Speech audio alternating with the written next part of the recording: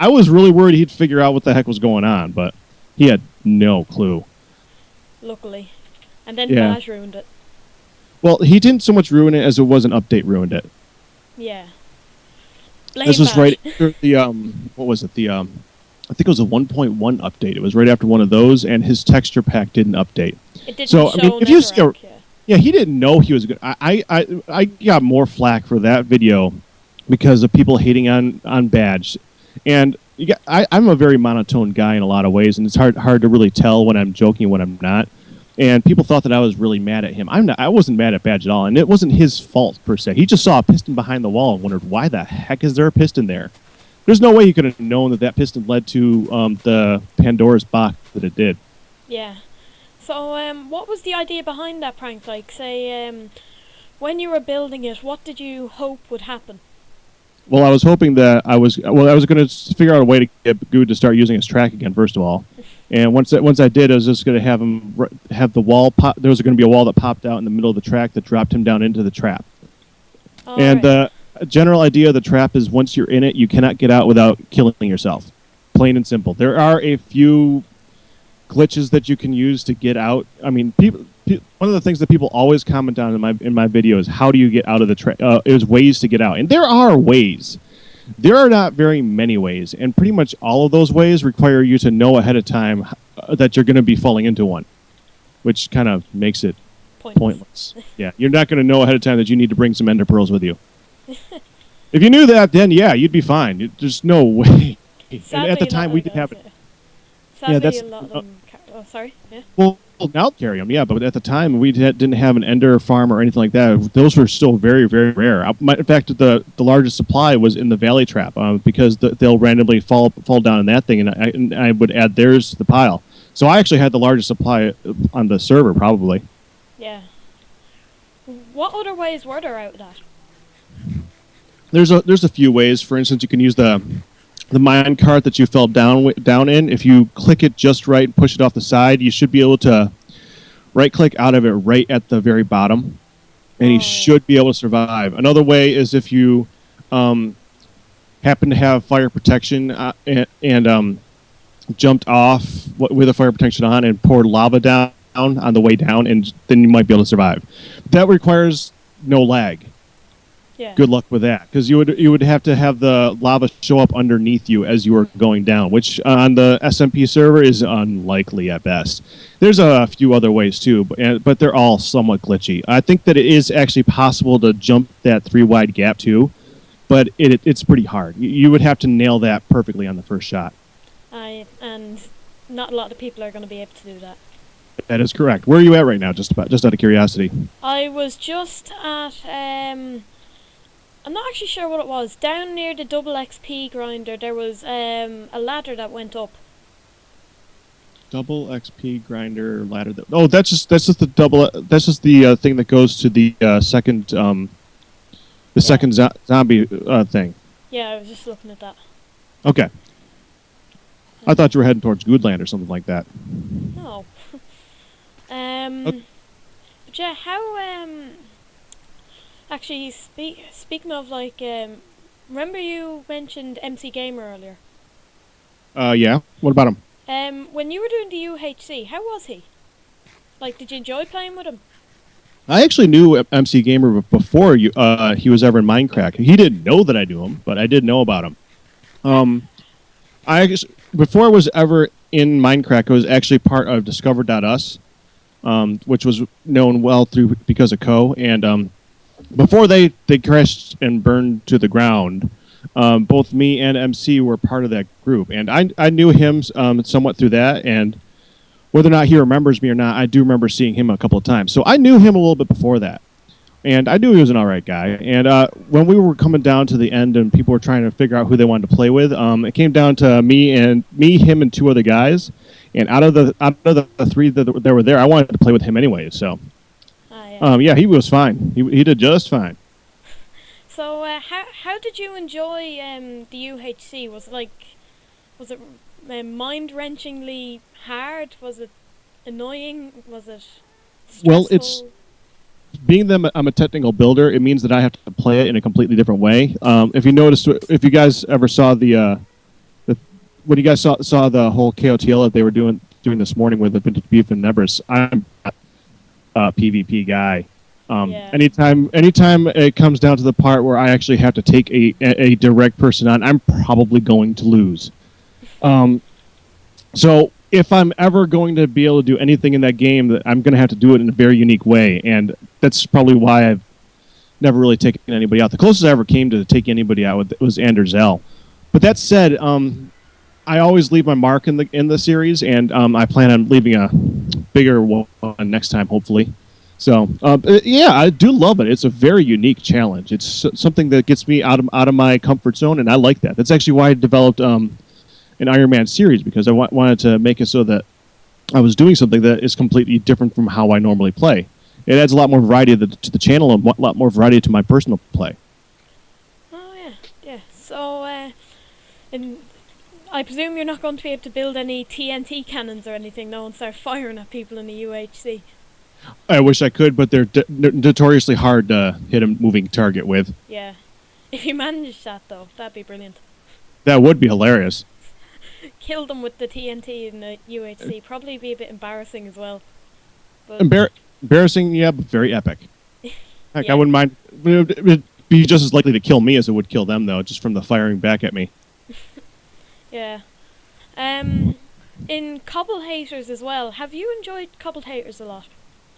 Oh, well, I created it, so I do, of course, love it. That actually is my the Iron Man challenge that I developed. And when I developed it, just like how Notch originally said when he was building the Ender Dragon, he's going to make it so that he can't beat it, which means that he has no idea how to play, by the way. Yeah. Because that thing is wicked easy. I know. But when I designed the Cobble Hater series, I designed it so that it's something that I really have no way of beating it. I'm horrible at it. I tried doing an LP of it, and I think I was on run 5 before I finally said, forget it, I can't do it on hardcore mode. I need to go normal just so I can survive past episode 2. So I did, and I got way too far, so I actually got bored of that one, and I might restart it back up again, because I actually know of something hidden in that area that I would really like to show everybody, but I just haven't gotten back to it. But yeah, I do love this series, not just the SMP element, because I do love all the people in it, but I just love the very unique challenge. I like how it's kind of like the difficulty of UHC, but it's following the different rules of Minecraft. It's where UHC limits your health, and 404 challenge limits your torches. This one limits your crafting, but it limits it in just the right way, where it's a very playable but yet very difficult game. But that's why I like it. Yeah, I enjoyed watching that. That was brilliant. Okay, how am I in? Okay, I just fell into lava in your house. I don't know how that happened. Which house? Yeah, I mean, In the valley trap? well, yeah, you're. Oh, I know where you fell in. You fell in at the under the tree farm, right? Yeah, wait, not under the tree farm. I managed to throw some health pots down, and then I ran to the water. It's actually, no, yeah, it is the one under the tree farm. Know where the stairs are where you come up? Yeah, that's where I was thinking that you because that's like the only place around there that you can actually somehow manage to get in. Yeah, I don't know how I did that. There was a block above it that I had to break and to use to get out. Impressive. I don't know how I did that. Well done. Yeah. Okay, then that's one thing to watch out for in your base, anyway. Yeah. I know about that, obviously. Yeah. So I'm good. Oh, by the way, why did you have this tree farm here of all places? Well, because it's 60 blocks underwater in the middle of an ocean. I got to get wood somehow when I'm building a gigantic trap in the middle of nowhere. That's the only reason. I needed the wood to make picks. Yeah. So I just found that spot. Yeah. Yeah. There's I was wondering, by the way, I presume you might not remember this, but at your melon farm, actually, where the sticky piston is, the last one, there's a dirt block missing. Oh, that's just probably something that happened randomly on that save file, because that dirt block is not missing in the current. All right. Yeah, I don't know why that's missing. Yeah, because I'm just here. I'm after pressing the button to get melons, and this last one didn't break, and there's no Yeah, that's a dirt good block. reason. Yeah, that's a good reason why it didn't break. I have no idea what happened with that save file. Yeah. That's strange. Oh well. Just one of those odd things. Yes, it is. So yeah.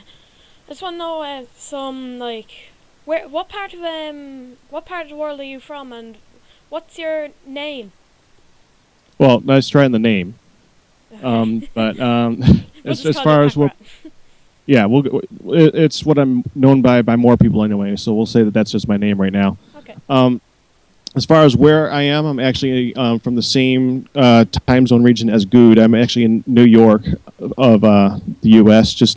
I'm not in New York City. I'm more up north of that. But yeah, that's pretty much it. I'm just a guy living in the USA. Who makes Nothing very good special. videos. Well, I make videos. I don't know about very good. I enjoy your videos. Well, only someone does, right? Why do you think that you have the least amount of subs on the server, or does Shri have less? I can't remember now. I don't have the least. There are other people out there that do have less than me. I think Justify might have less than me too. But the main reason is because of the number of videos that I put up and the quality that they were at for a long time. If I was going to guess, I mean, I didn't join the server with subs. I got subs because of the server. Yeah. So I've definitely got an uphill battle on that, and I'm fine with that. I mean, I didn't earn my way on that way, so I don't really need to expect to have a ton of them. Yeah. It works for me. Yeah. Who is your favorite Let's Player that's not on the server, and why do you like them? It's not on the server. Yeah. That's a toughie. Now I actually got to double check. I think that. Hold on. Let me think about that one for a minute. Well, honestly, if you're just going to stick to Minecraft, which is pretty much the only thing that I really watch, of all the people that I have, it's probably Yogscast actually. But I watch so many people on the server that it's ridiculous.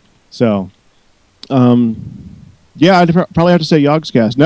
Not that I watch most of their stuff, because honestly, I don't. A lot of their stuff is kind of pointless. Yeah. But I do enjoy some of their ridiculous comedy, like because if you just their first couple videos alone gets you hooked for the ridiculous stupidity of the nature of the way they play. I mean, the fact that their How to Survive the First Night video ends up with them inside a tiny little hut staring at each other's faces in the dark. That was while laughing, yeah. And within a couple videos, they set their entire house on fire. I mean, they're hilariously stupid in that, and I enjoy some good comedy. You either watch Let's Plays because they know what they're doing, or they don't, or somebody has an epic voice. They're definitely the second one, so they have no idea what they're doing in a lot of ways, and I enjoy that. Who would your favorite be then on the server? Probably Etho, actually, just because I do watch a lot of his stuff, and we have similar ways of building things, so I do enjoy watching his stuff a lot. But outside of that, I do enjoy Goot's voice, and I do still watch him quite regularly. Him and Etho are probably pretty even. Yeah. Do you think you'll ever be on the Mindcrack podcast? Probably will at some point eventually. I mean, they keep it pretty open, so anybody on the server can if they get time. And I just didn't want to be on like the first couple ones, but no particular reason really. But I probably will be eventually. Yeah, sure. Yeah. I've been enjoying a lot of them. They're really funny. But yeah, why is your house in the middle of the ocean? It's because it's not a house. It's a dark room. Yeah. And the reason it's in the middle of an ocean. Yeah, the reason it's in the middle of an ocean is because that's when they work the best, when there's no mobs spawning on the surface. And not to mention, because it's an ocean, the first like 18 or 20 levels is water. There's nothing spawning in water that's gonna squid, but they don't affect mob spawns.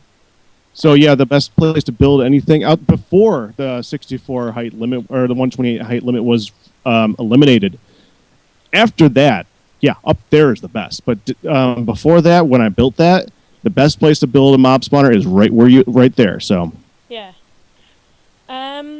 Have you got any tips for people building their own mob spawner?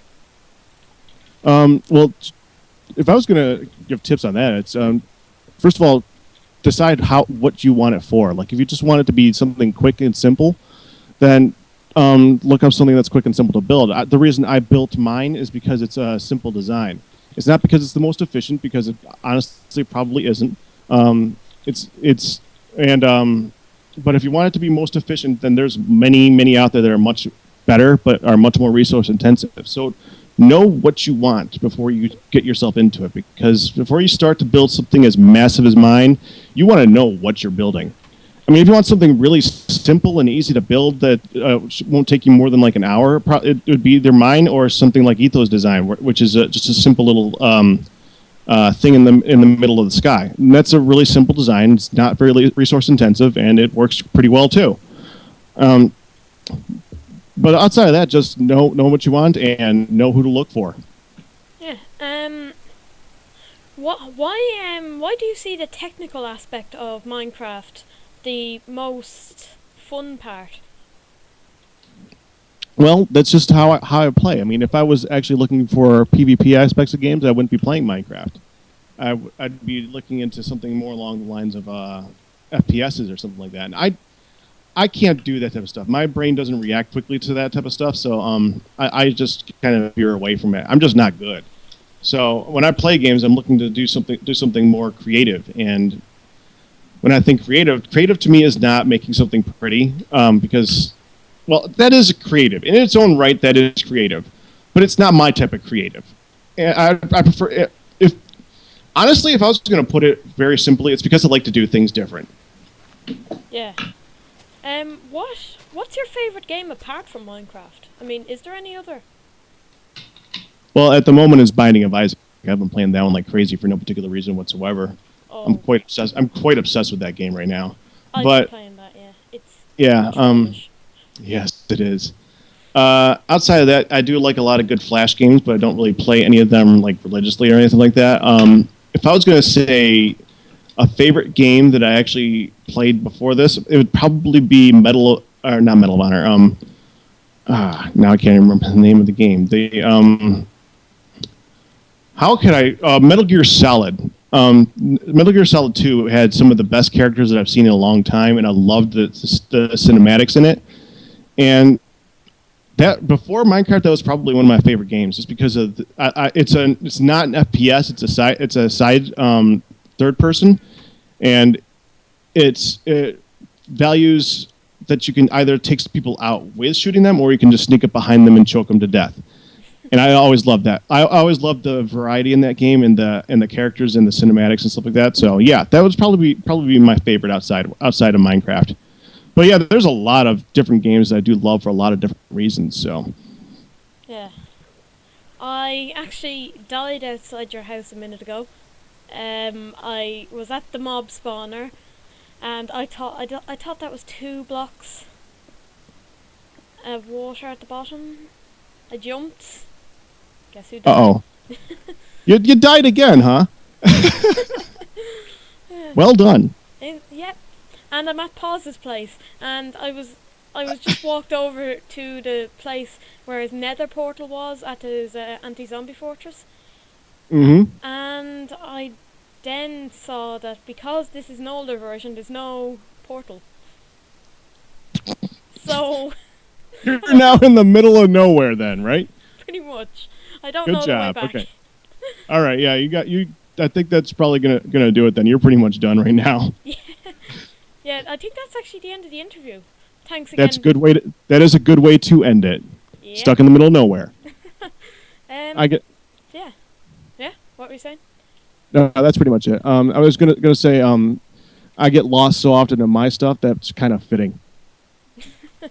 I have wandered around this server so many times because I just can't figure out where I am. It's pathetic. So. Yeah, I'm sort of just building a thing here that says I died, and I'm gonna write out your channel name so people can check it out. If you want to check out Pakratt13, his channel is www.youtube. I spelled YouTube wrong already. and I spelled it again. YouTube.com/Pakratt13. 1K, 2 T's, yeah? That is correct. Yeah, and then 13 at the end. So go check him out. He makes brilliant Let's Plays, and I think he deserves a bit more publicity. Mainly because he's a brilliant Let's Player. He has very unique content, you could say. Well, it is very unique, yeah. Could say that. Yeah. Just a bit of a warning. The earlier videos are low quality, but this is Minecraft, so don't be too picky. Yeah, I never get why people ask for 1080p or 720p on Minecraft videos, because it's like, it's already, the textures are 16 by 16. Do you really need 720? So I can understand it a little bit. Now that I've got stuff a little bit more fixed on mine, I've been trying to do some higher quality. But yeah, it is kind of ridiculous how many people didn't watch my videos simply because of that. Yeah, it's not that much of a quality increase. Not really, no. Mainly because it's Minecraft. So Pretty much. Yeah. Thanks guys for watching. This is the Dogstar LP interviewing Pakratt13. Thanks for coming, Pakratt. Thanks for accepting.